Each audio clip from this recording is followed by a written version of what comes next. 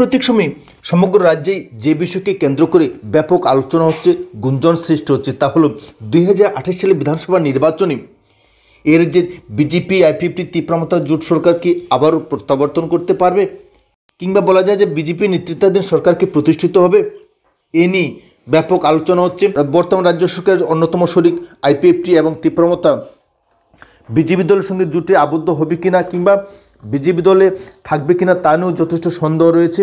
আঞ্চলিক শক্তি তীব্রমতা এবং আইপিএফটি তাদের রাজনৈতিক শক্তি বৃদ্ধি করতে ব্যর্থ হলেও 2028 বিধানসভা নির্বাচনকে কেন্দ্র করে যেভাবে নিজেদের শক্তি বৃদ্ধি করতে সক্ষম হয়েছে এবং রাজনৈতিকগতভাবে জনগণের পাশে থেকে জনগণের সমস্যাগুলিকে সমাধান করার জন্য ওতপ্রোতভাবে ঝাঁপিয়ে পড়েছে।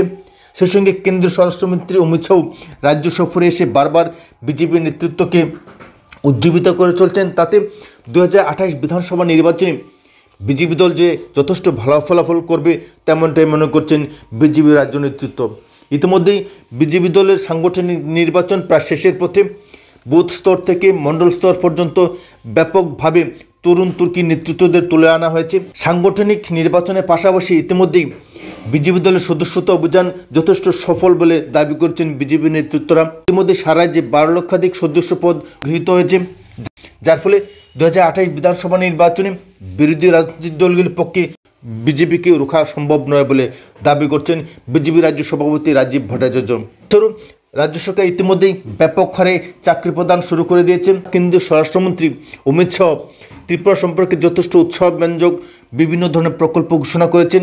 রিয়াং শরণার্থীর সমস্যা থেকে শুরু করে বিভিন্ন সমস্যার সমাধানের ক্ষেত্রে তৎপরতা পরিলক্ষিত হচ্ছে কেন্দ্রীয় সরকারের তরফ থেকে। এর যে জনজাতিদের বিভিন্ন দাবি দেওয়া নিয়ে ঐতিহাসিক অ্যাকর্ড তথা ত্রিপুরাস অ্যাকর্ড সম্পাদিত হয়েছে, যার ফলশ্রুতিতে আগামী 2028 বিধানসভা নির্বাচনে বিজেপি দল একক সংখ্যাগরিষ্ঠতা অর্জন করতে সক্ষম হবে বলে জানিয়েছেন বিজেপি দলের রাজ্য সভাপতি রাজীব ভট্টাচার্য। এখন দেখার বিষয় আগামী 2028 বিধানসভা নির্বাচনে রাজ্যের প্রধান বিরোধী দল কিংবা আঞ্চলিক দল তীব্রমতা অন্যান্য রাজনৈতিক দলগুলি বিজেপিকে কতখানি টেক্কা দিতে সক্ষম হয়।